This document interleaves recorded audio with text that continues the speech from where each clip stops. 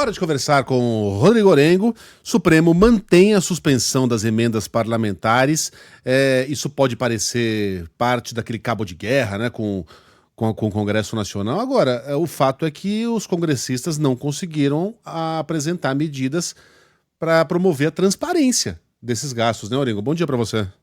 Muito bom dia, Megali, Sheila, Carla, bom dia a todos. É que vem no momento, né, Megali, um momento que é É. realmente de tensão aí entre Congresso e Supremo Tribunal Federal, porque é uma decisão um dia depois daquele pacote aprovado na Comissão de Constituição e Justiça, né? A reação imediata do Supremo foi realmente na sessão do dia seguinte, ontem, quando o presidente do Supremo se manifesta no início da sessão, fazendo defesa da Constituição, né, falando, inclusive, que não dá para mudar a Constituição por pressão política, interesse político, né? Isso, claro que reverbera, né? E tem um peso sempre, né? Decano também do Supremo Tribunal Federal, ministro Gilmar Mendes fazendo uma defesa da Constituição.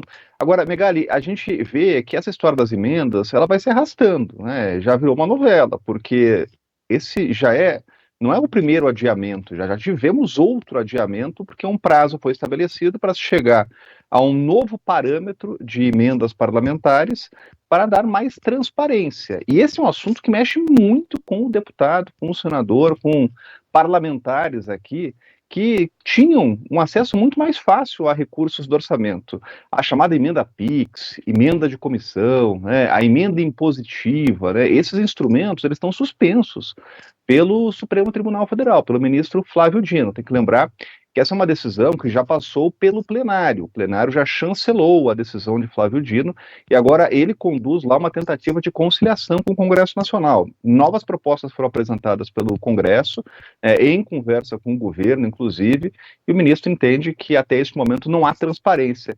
O que significa esse conjunto de emendas, Megali? Essas emendas, segundo a avaliação do Supremo Tribunal Federal, elas não têm lá projetos associados, né? Não tem transparência definida, né? Sempre a emenda, ela ficava vinculada lá a projetos, né, que passavam pelo crivo de órgãos de fiscalização. O que mudou de alguns anos para cá é que o recurso do orçamento passou a ser injetado diretamente na conta lá da prefeitura, né, dos estados. E isso, obviamente, traz dividendos, né? Esse é o grande debate pós-eleição, né? Com o crescimento significativo do Centrão nas eleições municipais, o que se debate muito aqui em Brasília é a eficácia eleitoral de emendas. Obviamente não tem nada ilegal, né? Está tudo lá dentro do regramento, que foi suspenso agora pelo Supremo. Mas é um instrumento ali de alocação de recurso muito poderoso. Esse é um dado recente aqui de que entre as 100 prefeituras mais beneficiadas pelas emendas, por esse tipo de emenda, né, de injeção de recurso na veia, a taxa de reeleição foi de mais de 93%. Então é um instrumento poderosíssimo de liberação de recurso público para prefeituras. O Supremo alega que não há como fazer a fiscalização como sempre foi feita, né? Quando você tem lá uma associação a um projeto que passa por um crivo, passa realmente por uma fiscalização, é mais fácil de você fazer justamente o controle.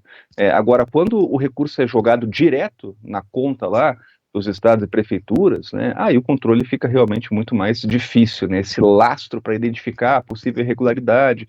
Então, essa é a discussão de momento, né? Ontem se tinha expectativa dessa liberação das emendas, e a gente vê que realmente isso fica mais para frente. A gente vai ouvir muito falar ainda dessas emendas impositivas, emendas PIX continuam suspensas, enquanto o Congresso Nacional mostra os dentes. O Congresso Nacional reage muito irritado aqui, um grupo de parlamentares irritadíssimos com o que consideram ser um atropelo do Supremo Tribunal Federal. Pelo menos, Megali, aquela pauta anti-Supremo, aquelas 4 matérias que passaram e geraram toda essa repercussão na Comissão de Constituição e Justiça, né, só tem uma que tem chance de avançar, que é realmente a que limita as decisões individuais, as monocráticas. Aquela que mexe com o regramento geral, aí, que permite que o Congresso Nacional realmente suste decisões do Supremo Tribunal Federal, essa vai ficar pelo caminho, né? Já tem uma decisão aqui do presidente da Câmara de não colocar em andamento, né? Isso vai ficar realmente para uma decisão de um próximo presidente lá para o ano que vem.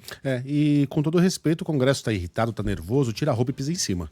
Não é aceitável que a gente tenha tantos bilhões de reais sendo gastos sem a gente saber o destino, sem a gente saber quem mandou, quem recebeu, como é que está sendo usado, né, se teve desvio, se não teve desvio, sem um mínimo de transparência. Não dá. Não tem um único país decente. Aliás, nem os países indecentes possuem isso. Só o Brasil que inventou essa jabuticaba. Aliás, jabuticaba não é uma fruta que só tem no Brasil, né? Mas isso sim. A emenda Pix é só no Brasil mesmo. Não tem outro termo, né, pra nomear isso. É indecente. Indecente. Agora, eu acho que o Orengo podia apresentar alternativas, hein? Pra trazer transparência pra esse processo. Orengo, será que você tem a receita? Olha!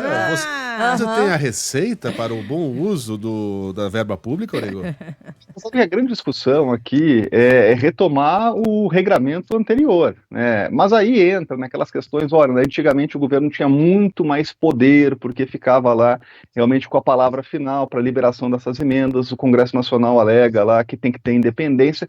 O ponto todo é realmente você conseguir rastrear o dinheiro, né? Se o dinheiro cai direto no caixa, ele fica lá à disposição do prefeito, que faz lá os investimentos que achar interessante, né? Mas você não tem como realmente saber como aquele recurso está sendo aplicado. Então, o controle público é difícil, né? Realmente, a grande discussão é para voltar aos moldes dos modelos antigos, né? Liberação de recursos só quando tiver alocado lá em projetos que são bem definidos. Tá. E só para que as pessoas saibam, tem jabuticaba no Uruguai e na Argentina. Nativos. Não é importado do Brasil, não. Orengo, bom trabalho para você. Até segunda.